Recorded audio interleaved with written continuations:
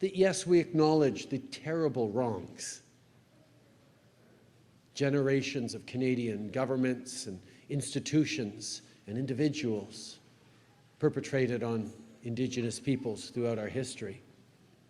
But we cannot only get wrapped up in the difficulties, even though they color everything we exist. We do have to take moments to celebrate. We do have to take moments to stand strongly and proudly in learning from each other and celebrating culture and identity and watching Indigenous people stand up strongly and clearly say, we're still here. We know the horror of residential schools.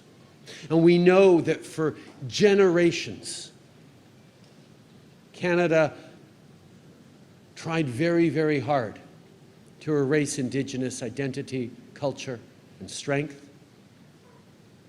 But even as residential schools were busy teaching Indigenous children that they had no value,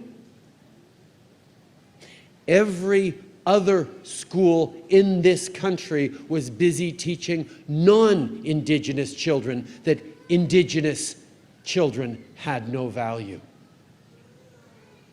All schools were sharing that wronghood. And that's why reconciliation cannot just happen with Indigenous peoples. It's why all of us need to recognize our roles that continue through systemic discrimination, through unconscious bias, through the kinds of barriers that continue every single day in our present, not just in our past.